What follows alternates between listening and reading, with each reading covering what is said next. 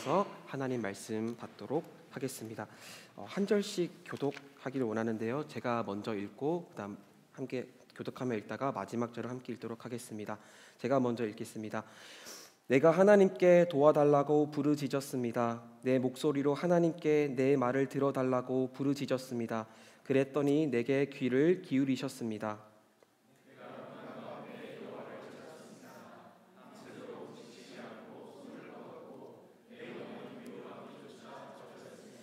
나는 주를 생각하면서 속상해했습니다. 원망할 수밖에 없었고 내 영이 어쩔 줄 몰랐습니다.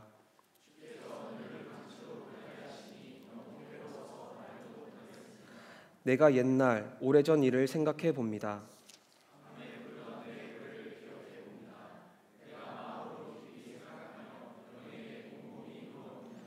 여호와께서 영원히 버리시려나? 더 이상 은총을 베풀지 않으시려나?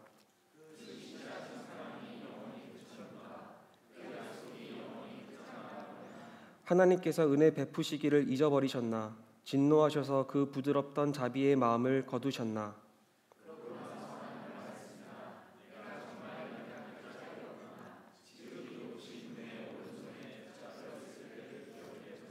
여호와께서 하신 일들을 내가 기억하겠습니다.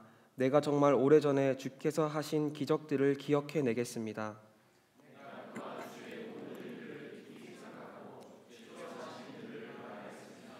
오 하나님이여, 주의 길은 거룩합니다. 우리 하나님처럼 위대한 신이 어디 있겠습니까?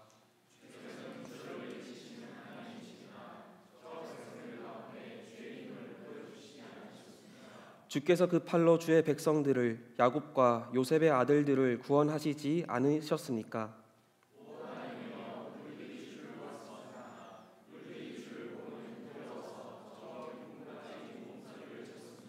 구름이 물을 쏟아부었고 하늘이 천둥 소리를 내보냈으며 주의 화살도 이리저리 날아다녔습니다.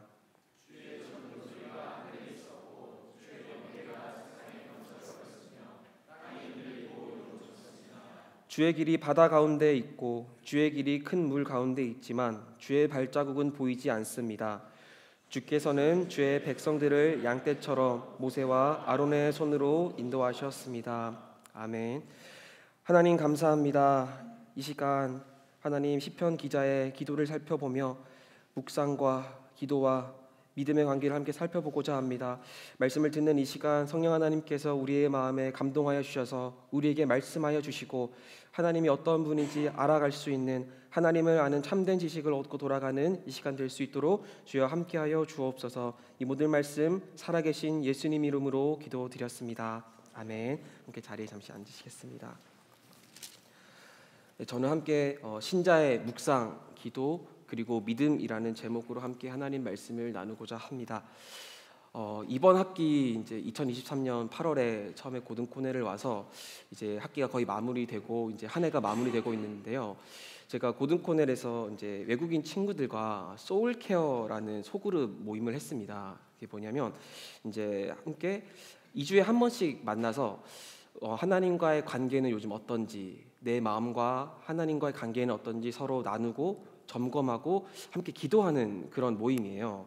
그래서 한국계 미국인 친구가 리더로 있고 레바논에서 온 친구 그리고 미국인 그리고 저 이렇게 4명이서 함께 2주에 한 번씩 모임을 했습니다.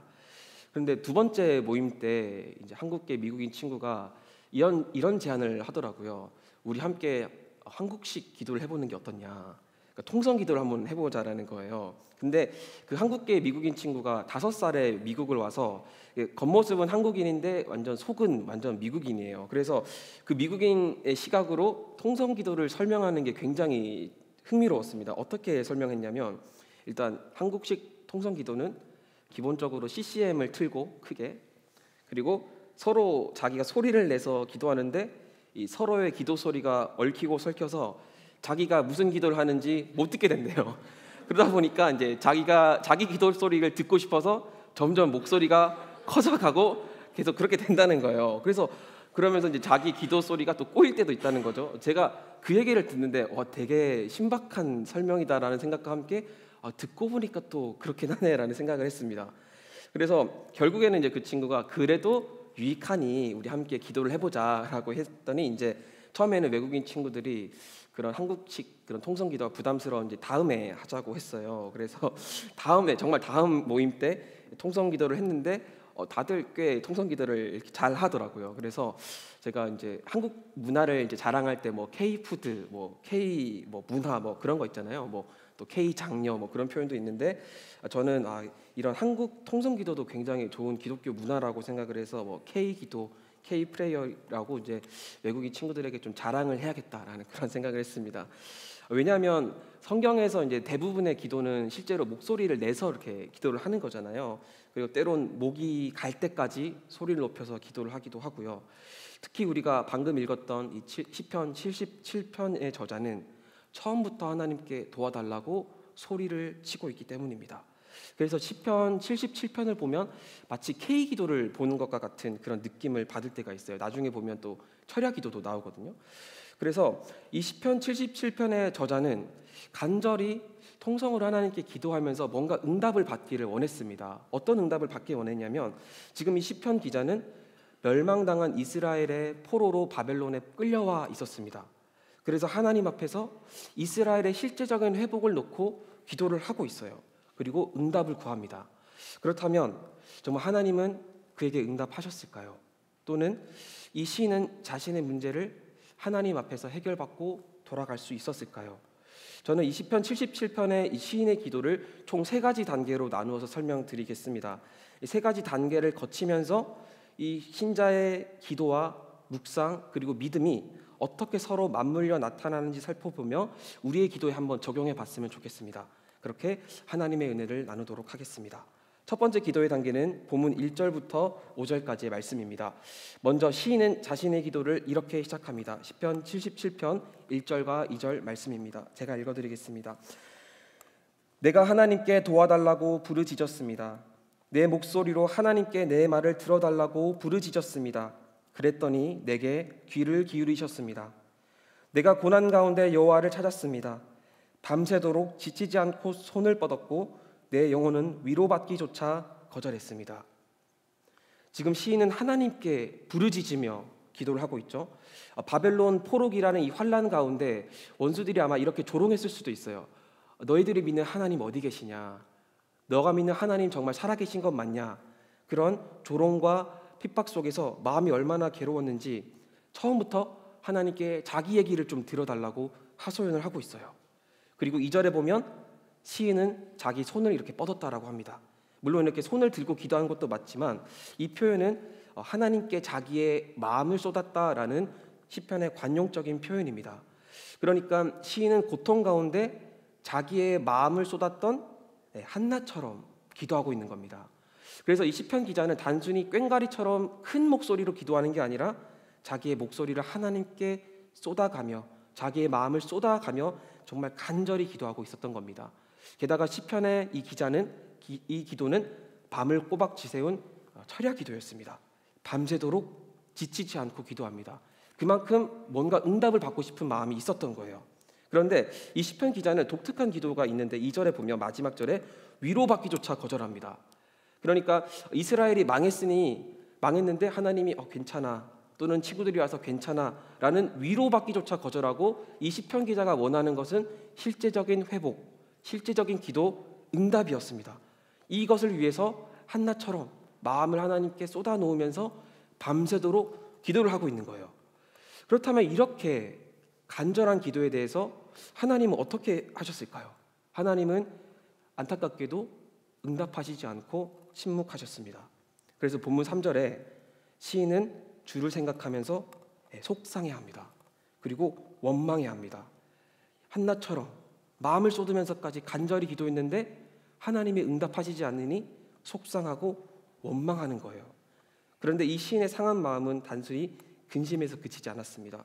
본문 4절을 보면 시인이 이제 주께서 눈을 감지 못하게 하셨다라고 되어 있는데 이 말을 원어로 직역하면 이런 뜻이 됩니다. 하나님께서 나의 눈꺼풀을 못 감게 눈꺼풀을 이렇게 붙잡고 계셨다라는 뜻이 있어요. 가장 고통스러운 고문 중 하나가 수면 고문인데 지금 시편 기자는 마치 하나님 때문에 내가 잠을 잘 수 없었다. 방금까지는 본인이 마음을 쏟아서 철야 기도까지 했는데 그것을 하나님 때문에 괴로워서 내가 잘 수 없었다라고 하나님 때문에 잠도 못 잘 정도로 내가 괴롭습니다라며 하나님을 향해서 굉장히 원망을 하고 있는 겁니다. 네, 지금까지 시인은 굉장히 간절히 하나님께 기도했습니다. 한나처럼 마음을 쏟아서 기도했죠. 그런데 이 시편 기자의 기도의 결론은 하나님을 향한 원망과 불평으로 귀결되었습니다. 그런데 제가 분명히 설교 첫 부분에 이 시인의 이 기도가 묵상과 믿음과 이렇게 맞물려서 나타난다고 말씀드렸어요. 그런데 눈치를 채셨을지 모르겠지만 시편 77편에서 단 한 번도 묵상이라는 단어가 등장하지 않습니다. 3절을 한번 다시 보겠습니다. 3절에 원망할 수밖에 없었다라고 말을 하는데요. 여기서 이 3절에 원망했다라는 동사를 성경 원어 사전을 살펴봐서 첫 번째 뜻을 살펴보면 이런 뜻이 있습니다. 묵상하다. 네, 원망과 묵상을 같은 뜻으로 시편 기자는 쓰고 있었습니다. 그래서 ESV 영어 성경을 보면 본문 3절을 번역할 때 묵상하다, meditate라는 단어를 첨가해서 번역을 했습니다. 그리고 어떤 사전이든 예외 없이 첫 번째 뜻은 그 단어의 가장 본질적인 뜻을 담고 있죠. 그렇다면 결국 하나님을 향한 시인의 원망은 하나님을 향한 묵상과 다를 바 없었다라는 뜻이 됩니다. 그런데 문제는 이 묵상과 원망이 어떻게 관련이 돼 있냐는 거예요. 왜냐하면 우리는 묵상을 생각할 때 시편 1편 1절을 생각할 때가 많습니다. 시편 1편 1절은 하나님의 말씀만을 묵상하고 즐거워한다고 말을 합니다. 그래서 묵상을 굉장히 거룩하고 또 긍정적인 뉘앙스로 사용을 하고 있기 때문에 어떻게 묵상과 이 원망이라는 부정적인 뉘앙스가 연결이 되어 있는가 조금 우리는 의아해할 수 있습니다. 그런데 시편 1편이 묵상의 어떤 긍정적인 측면을 보여주고 있다면 오늘 시편 77편에서는 묵상의 또 다른 부분을 보여주고 있습니다. 뭐냐면 하나님은 자신을 향한 시인의 원망과 불평조차 자신을 향한 묵상으로 보고 계시다는 겁니다. 조금 더 다른 관점으로 조금 설명을 드려볼게요. 시편 109편을 보면 이 시편은 원수를 향한 다윗의 기도라고 되어 있습니다. 그런데 시편 109편을 읽어보면 이건 기도라기보다는 저주에 가깝습니다. 많이 볼 필요도 없고 딱 두 절만 보면 됩니다. 시편 109편 9절과 10절입니다. 제가 읽어드리겠습니다. 다윗의 기도입니다. 그 자녀들이 고아가 되게 하시고 그 아내가 과부가 되게 하소서. 그 자녀들이 돌아다니며 구걸하게 하시고 폐가가 된 집을 떠나 양식을 찾게 하소서. 다윗은 원수의 아내가 과부가 되기를, 원수의 자녀는 고아가 되고 평생을 떠돌아다니며 구걸하며 살게 해달라고 기도합니다. 그런데 시편 109편은 다윗의 기도라고 되어 있어요. 이건 저주에 가깝죠. 저도 어릴 때 시편 109편을 읽고 어떤 생각이 들었냐면 너무 이제 어릴 때예요. 지금은 그렇지 않습니다. 어릴 때 정말 원수 같은 사람을 만나면 너무 마음이 괴로우면 이 시편 109편을 펴서 하나님께 읽으면서 이렇게 기도할 때가 가끔 있었습니다. 가끔. 이렇게 기도인지 저주일지도 모를 이 부끄러운 기도를 하나님께 이렇게 쏟아 놓았어요. 근데 그런데 어릴 때니까 그런데도 마음이 잘 안 풀려요. 그래서 막 씩씩거리면서 하나님 앞에 이렇게 머물고 있으면 갑자기 이런 마음을, 하나님이 뭔가 제 이 부끄러운 기도를 너무 이렇게 잘 듣고 계시고 또 이런 마음을 주시는 것 같았어요. 내가 너의 마음을 잘 안다. 그런데 그 사람을 위해서 한번 축복 기도를 해보는 게 어때?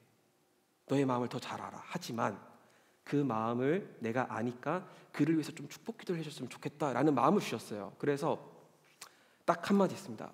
하나님, 그 사람을 축복합니다. 그리고 그 이상으로 할 말이 없었어요. 그래서 어떡하지 하다가 교회에서 들은 게 있으니까 하나님, 그 사람이 하나님께 아름답게 쓰임받는 사람이 되게 해주세요 라고 한마디를 또 합니다.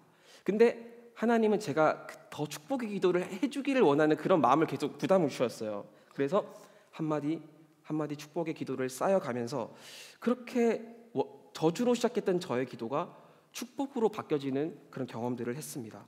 그리고 그를 향한 하나님의 사랑이 느껴지고 그를 조금씩 용서할 수 있게 되었어요.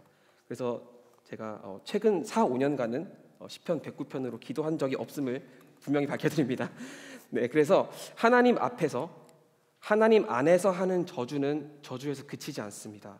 오히려 그것이 진실된 기도의 시작이 된다는 겁니다. 하나님 앞에서 나의 상한 마음과 원망을 쏟아놓는 것은 하나님의 마음을 알아가는 기도로 발전됩니다. 왜냐하면 하나님은 어쩌면 우리의 솔직한 마음을 듣기를 원하시기 때문인 것 같습니다. 기독교는 종교가 아니고요. 우리는 하나님 앞에서 괜찮아 할 필요도 없습니다. 하나님은 우리와 인격적인 교제를 하기를 원하십니다. 이와 같은 원리로 하나님을 향한 원망과 불평조차 하나님 보시기에는 하나님을 향한 묵상이 됩니다. 왜냐하면 하나님을 향한 원망은 원망에서 그치지 않고 하나님을 향한 묵상으로 발전되고 귀결되기 때문입니다. 그래서 본문 5절을 보면 시인의 이 원망이 어떻게 하나님을 향한 묵상으로 귀결되는지를 볼 수 있습니다. 5절은 이렇게 말합니다. 내가 옛날 오래전 일을 생각해 봅니다. 이 옛날 곧 오래전 일은 출애굽 사건 중에서 홍해 사건을 의미합니다. 그러니까 시인은 하나님을 향한 원망을 이렇게 풀어놓는 중에 옛날에 출애굽 사건 가운데 특히 홍해를 열시며 이스라엘 백성들을 어떻게 하나님이 구원해 주셨는지 하나님을 향한 하나님의 선한 성품을 묵상하는 데까지 이르렀다는 겁니다. 그래서 이와 비슷한 내용을 가지고 유명한 기독교 작가인 C.S. 루이스는 그의 책 스크루테이프의 편지에서 이렇게 썼습니다. 제가 스크린을 좀 준비했는데요. 이렇게 되어 있습니다. 우리의 대의가, 우리는 여기서 사탄입니다. 그래서 사탄이 그 인간을 이제 공격하려고 하는 거예요. 사탄의 대의가 가장 큰 위험에 처할 때는 한 인간이 그 하나님의 흔적이 다 사라져 보이는데도 우주를 올려다보며 그에게 왜 자기를 버렸는지 따지면서도 여전히 순종할 때다. 네. 왜 자기를 버렸는지 따지면서도 여전히 순종할 때다. 네. 사탄이 가장 큰 위험에 처할 때가 언제일까요? 우리가 믿음이 다 떨어져서 가만히 있을 때, 그것보다는 하나님이 보이지 않을 때도 우주를 올려다보며 하나님께 따질 때, 그때 사탄이 가장 큰 위험에 처한다는 겁니다. 왜냐하면 그 따짐을 통해서 우리의 마음이 결국 하나님을 향한 순종까지 나아가기 때문인 겁니다. 현재 이 시인은 이스라엘의 멸망과 포로기 가운데 하나님의 부재를 너무 깊이 경험하고 있습니다. 확실히 현실적으로 경험하고 있죠. 그래서 이렇게 하나님의 흔적이 사라져서 보이지 않는 이 순간에 그는 첫 번째 기도의 사이클에서 그는 손을 들고 우주를 바라보며 하나님께 따지고 있습니다. 이게 다 하나님 때문입니다. 왜 당신의 택한 백성들을 버리셨습니까? 하나님의 언약은 어디 갔습니까? 약속의 말씀은 어디 갔습니까? 라면서 따지는 것으로 가득합니다. 그런데 여기서 하나님이 시인에게 너는 왜 이렇게 믿음이 없니? 라고 꾸짖지 않으셨습니다. 오히려 자신을 향한 원망과 불평조차 하나님 자신을 향한 거룩한 묵상으로 보셨습니다. 이렇게 하나님을 향한 원망과 불평은 하나님을 향한 하나님의 역사와 선한 성품에 대한 묵상으로 이어졌고 그분을 순종하는 데에 이르게 됩니다. 여기까지가 첫 번째 사이클이고요. 이제 두 번째 사이클로 한번 넘어가 보겠습니다. 첫 번째 사이클을 거쳐서 시인의 믿음은 조금 성장한 것처럼 보여요. 두 번째 사이클은 본문 6절부터 11절까지입니다. 6절을 제가 읽어드리겠습니다.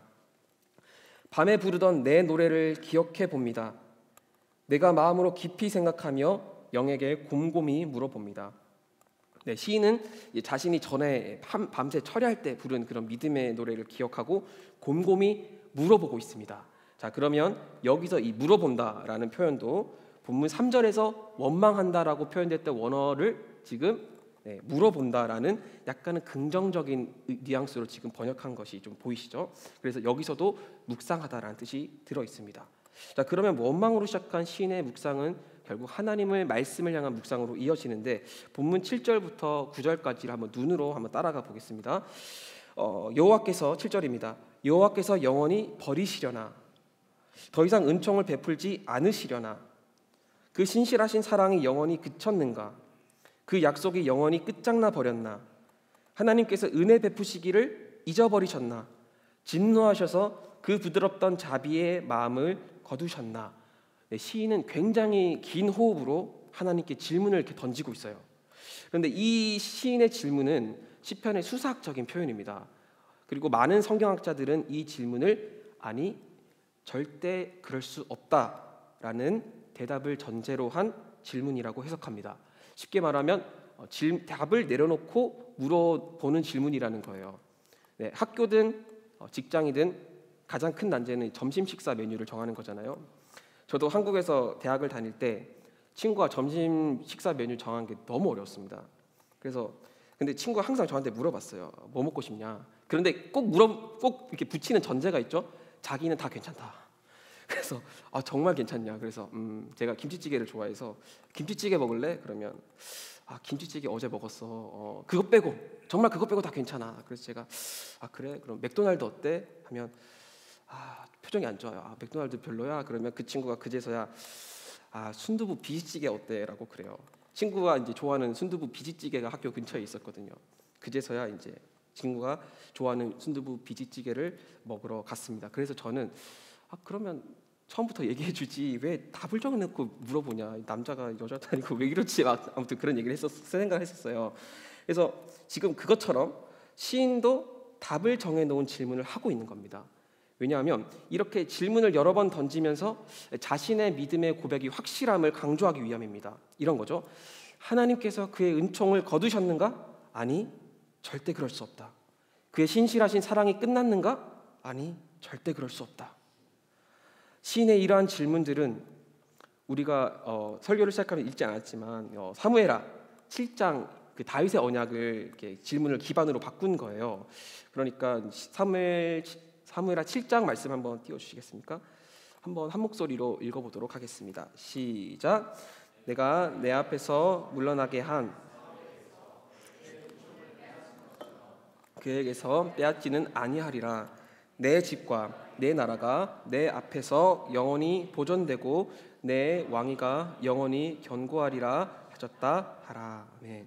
처음에 이제 시인은 이제 사울의 왕조가 멸망한 것처럼 다윗의 왕조의 멸망을 보며 하나님의 약속이 바뀌었고 또 그의 은총이 끝났다라고 생각했습니다. 그래서 하나님 왜 우리를 버리셨습니까? 왜 침묵하십니까? 라고 불평했지만 지금 시인은 이 말씀을 기반으로 해서 질문을 만들고 있어요. 하나님의 약속은 영원히 보존될 것이다. 하나님은 우리에게서 은총을 빼앗지 않으실 것이다. 네, 이렇게 지금 신자의 기도가 첫 번째 사이클을 거쳐서 두 번째 사이클 중간쯤에 조금 올라온 것이 보입니다. 그런데 안타깝게도 이 시인의 성장하고 있었던 이 시인의 믿음이 약간 꺾여요. 10절에서 이렇게 시인은 고백합니다. 그리고 나서 나는 말했습니다. 내가 정말 연약하기 짝이 없구나. 지극히 높으신 분의 오른손에 붙잡혀 있을 때를 생각해보자. 갑자기 연약하다라고 말합니다. 나는 너무 연약하다. 몇몇 성경학자들이 이 10절을 이제 번역한 것을 제가 몇 번 이렇게 봤었어요. 주석에서. 그런데 어떤 성경학자는 10절을 이렇게 번역했습니다. 그러나 지극히 높으신 분의 오른손이 돌아섬으로 말미암아 내가 슬프다. 내가 슬프다. 방금 전까지만 해도 엄청난 믿음의 고백을 했는데 갑자기 연약하다. 나는 연약하기 짝이 없다. 내가 너무 슬프다. 분명히 이 시편의 이 기자는 하나님의 약속은 영원히 변하지 않는다. 하나님은 살아계신다. 이렇게 믿음의 고백을 했어요. 그런데 갑자기 나는 너무 연약해. 나는 너무 슬퍼. 믿음이 약해졌을 때 할 법한 그런 고백들을 하고 있는 겁니다. 마치 이 시인의 이 믿음이 첫 번째 묵상 때, 첫 번째 기도의 사이클 가운데 하나님을 향해 이렇게 털어넣었던 그런 불신앙의 모습으로 조금 회귀한 것처럼 보입니다. 그러니까 시인의 믿음이 이렇게 상승하다가 갑자기 곤두박질 내리친 거죠. 근데 저는 이러한 시인의 모습을 보면서 이게 우리의 모습이지 않을까라는 생각을 했습니다. 왜냐하면 이렇게 예배에 나와서 하나님이 나에게 주시는 말씀을 듣고 기도 가운데 하나님이 살아계심을 확신하고 가정으로 돌아가고 일터 가운데로 돌아갔을 때 우리는 그곳에서 다시 우리의 믿음이 다시 처음으로 돌아간 것과 같은 느낌을 받을 때가 많다는 겁니다. 현실에 부닥치니까 잠깐만, 하나님이 내 기도 들어주신 거 맞나? 내가 그때 들었던 하나님의 약속의 말씀이 진짜인가? 라는 의심을 하게 된다는 거죠. 그런데 이렇게 시인의 불신앙처럼 보이는 말조차 하나님은 이것을 묵상으로 보셨습니다. 왜냐하면 앞서 말씀드린 것처럼 하나님을 향한 불만과 불편의 묵상은 하나님을 향한, 하나님의 성품과 말씀을 향한 묵상으로 이어지기 때문입니다. 그래서 본문 11절에서 시인은 다시 무엇을 기억하냐면 하나님께서 행하신 옛적 일들을 기억하고 또 기억합니다. 홍해 사건, 하나님께서 이스라엘 백성들을 위해서 바다를 가르셨던 그 일을 기억하고 고백하는 거죠. 그리고 이제 마지막으로 시인의 기도는 세 번째 사이클로 접어듭니다. 본문 12절부터 끝까지입니다. 본문 12절은 시인이 이렇게 고백을 합니다. 주의 일들을 깊이 생각하고 주께서 하신 일들을 말하겠습니다라고 합니다.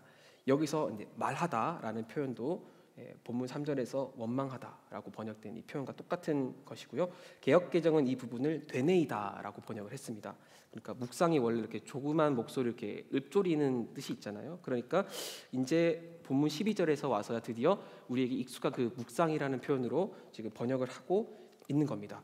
다시 말해서 시편 1편 1절에서 말했던 그 여호와의 말씀을 즐거이 묵상한다라는 뜻이 드디어 본문 12절에서 사용됐다는 겁니다. 자, 그리고 이렇게 치열한 묵상과 기도의 결과 그의 믿음은 어디서 굉장히 강하게 표현되냐면 본문 16절, 17절 말씀에서 표현됩니다. 제가 읽어드리겠습니다. 오 하나님이여, 물들이 주를 보았습니다. 물들이 주를 보고는 두려워서 저 깊은 곳까지 몸서리를 쳤습니다. 구름이 물을 쏟아 부었고 하늘이 천둥 소리를 내보냈으며 주의 화살도 이리저리 날아다녔습니다. 여기서 물들은 홍해를 의미해요. 고대 세계에서 물은 항상 혼돈과 악의 상징이었습니다. 해가 진 저녁 바다에서 고기잡이하는 배가 등대가 없으면 육지로 돌아올 수 없죠. 왜냐하면 빛이 없는 저녁 바다의 색깔은 완전히 검정색이기 때문입니다. 바다는 흑암 자체이며 너무 어두워서 아무것도 보이지 않습니다. 그러면 빛이 없었던 고대의 시대는 어땠을까요? 어둡고 캄캄한 바다에서 언제 어디서 적들이 튀어나올지 알지 못했습니다. 그리고 컴컴한 바다에서 언제 강한 파도가 그들의 배를 집어삼킬지 전혀 예측할 수 없었습니다. 그래서 고대 시대의 물은 혼돈과 악의 상징이었습니다. 이처럼 시인이 처한 이 포로기 상황도 이스라엘 백성들 입장에서는 아까 혼돈과 같은 물이 지배하는 사회와 같았습니다. 그런데 지금 시편 기자가 고백하는 것은 물들이 가만히 계시는 하나님을 받기만 했는데도 두려워 떨었다라고 합니다. 안절부절하지 못했다, 몸서리를 쳤다라고 말을 합니다. 그리고 궁창이 소리를 내며 주의 화살을 날려버리죠. 이 화살은 악에 대한 하나님의 완전한 심판을 상징합니다. 근데 주의 화살이라고 하면 화살 그리고 이 소리, 이것은 시편 77편 1절에서 내 목소리로 주님께 부르짖었습니다라고 할 때 사용되었던 목소리와 똑같은 원어 표현입니다. 그러니까 포로기라는 이 악과 혼돈의 상황 속에서 마치 시인의 이렇게 밤새도록 외치는 기도 소리는 어쩌면 아무 의미 없는 소리처럼 들렸을지 모르겠습니다. 하나님이 침묵하시는 것 같고 상황은 변하지 않고 이게 기도가 의미가 있나? 기도가 응답되고 있나? 라고 이렇게 우리에게 의문점만 남기는데 이 기도를 하나님이 그냥 흘려듣지 않으셨다는 겁니다. 심지어 이 기도 가운데 믿음의 고백만 있었던 게 아니에요. 하나님을 향한 원망과 불평까지 있었습니다. 그런데 하나님은 그 모든 기도를 듣고 이 기도를 통해서 악을 향한 심판의 도구로 사용했다는 겁니다. 요한계시록 8장 4절 말씀입니다.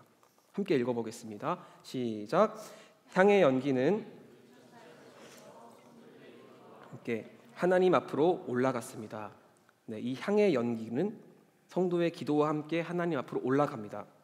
그리고 이 기도를 통해 이 쌓은 향을 통해 하나님은 계시록 8장 이후부터 악에 대한 철저한 심판을 시작하십니다.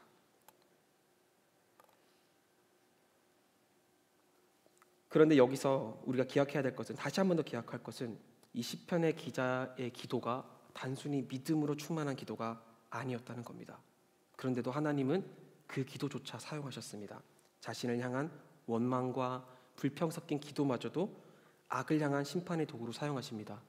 저는 이 말씀을 묵상하면서 하나님이 정말 우리의 모든 기도를 흘려듣지 않으시는구나라는 사실을 많이 묵상할 수 있었습니다. 믿음의 정말 정제된 순수한 믿음의 고백만 들으시는 것이 아니라 우리의 삶 속에서 악과 고통과 문제 속에서 하나님께 따지듯 원망 섞인 그런 기도조차도 하나님이 듣고 계시는구나라는 것을 많이 묵상할 수 있었습니다. 그래서 이 원망조차 하나님을 향해 있다면 그것은 하나님과 그분의 말씀에 대한 묵상의 시작이며 기도의 시작이 될 것입니다. 그래서 계시록 마지막 이 역사의 끝을 보면요, 계시록 21장에 보면 바다가 사라진다라고 고백을 합니다. 바다, 악과 혼돈의 상징이었던 바다가 역사의 끝에 소멸될 것이다 라고 하고요. 그리고 계시록 22장 후반부에 가서는 어둠조차 사라진다라고 얘기를 하고 있어요. 신자의 기도를 통해서 하나님이 어떻게 악을 철저하게 심판하시는지를 보여주고 있는 것입니다. 그리고 저는 개인적으로 시편 77편 19절이 오늘 본문에서 가장 클라이막스라고 생각을 하는데요. 함께 읽어봤으면 좋겠습니다. 읽어보겠습니다. 시작. 주의 길은 바다 가운데 있고 주의 길은 큰 물 가운데 있지만 주의 발자국은 보이지 않습니다. 지금 시인은 출애굽 사건을, 홍해 사건을 조금 독특하게 묘사합니다. 자, 이스라엘 백성들은 갈라진 홍해 바다 밑으로 따라 걸었죠. 그런데 지금 시인은 주의 이 길이 큰 물 가운데 있다라고 말합니다. 원어로 정확히 번역하면 주의 길이 큰 물 위에 있었다라고 말을 해요. 큰 물 위에 있었고, 근데 이스라엘 백성들은 바다 밑을 걸었죠. 바다가 갈라진 그 땅으로 걸었고, 근데 지금 주의 길이 바다 위에 있다, 큰 물 위에 있다라고 합니다. 이스라엘 백성들은 물 아래를 걸었습니다. 물 위를 걷지 않았습니다. 누가 물 위를 걸으셨을까요? 네, 예수님께서 물 위를 걸으셨죠. 갈릴리 바닷가에서 폭풍으로 고난 가운데 빠진 제자들에게 예수님은 그들을 위해서 물을 가르지 않으셨습니다. 물 위로 걸어오셨습니다. 로마서 16장에서 이런 말이 있습니다. 사탄을 그의 발 아래에 멸하게 하실 것이다. 그것처럼 예수님은 지금 자기 발 아래에 물을 두고 있어요. 왜냐하면 그분께서 드디어 혼돈과 악의 상징인 물을 완벽히 정복하실 것이다 라는 것을 나타내주고 있습니다. 그리고 예수님 말고 또 물 위를 걸은 사람이 또 있죠. 누군지 기억하십니까? 네, 베드로죠. 네, 베드로는 신약 시대를 살아가는 신약 백성인 우리를 상징합니다. 그렇다면 아까 혼돈을 완벽히 정복하신 예수님께서 이제 우리에게 너희의 삶을 짓누르고 있는 모든 문제, 아까 혼돈을 너희들도 극복할 수 있겠다라고 약속해 주시는 겁니다. 그렇다면 구약의 신자들이 물 아래에 갈라진 육지를 걸었다면 하나님의 자녀가 된 우리는 물 위를 걷게 됩니다. 우리에게는 예수님께서 십자가를 통해 완벽히 성취한 승리가 약속되어 있습니다. 자, 그러면 이렇게 시인이 첫 번째 기도의 사이클, 두 번째 기도의 사이클, 그리고 세 번의 기도의 사이클을 거쳐서 시인이 과연 마지막으로 바라보게 된 존재는 누구입니까? 누구를 소망하게 되었습니까? 예수님입니다. 십자가를 통해 악과 혼돈에 대해 완벽한 승리를 거두신 예수님을 바라보게 된 것입니다. 그런데 성경은 그래서 이 시인이 겪고 있는 문제가 해결되었는지 해결되지 않았는지는 침묵하고 있습니다. 단지 본문 19절에서 주의 발자국은 보이지 않았습니다 라고 말할 뿐입니다. 그리고 모세와 아론의 손을 따라 광야를 걷게 된 것을 이어서 고백하고 있습니다. 이스라엘 백성들이 보이지 않는 하나님을 믿음으로 광야를 걸었던 것처럼 시인은 다시 믿음으로 그리스도를 바라보는 믿음, 예수를 바라보는 믿음으로 묵묵히 자신에게 주어진 현실을 걸어가게 될 뿐입니다. 자, 이렇게 시인의 굉장히 파란만장한 우리의 삶과 같은 시편의 첫 번째, 두 번째, 세 번째 기도의 사이클이 바쳤습니다. 자, 여러분, 이 기도의 세 가지 기도의 사이클을 보면서 어떤 생각이 드셨습니까? 저는 시인이 정말 잘 버텨왔다라는 생각이 들었어요.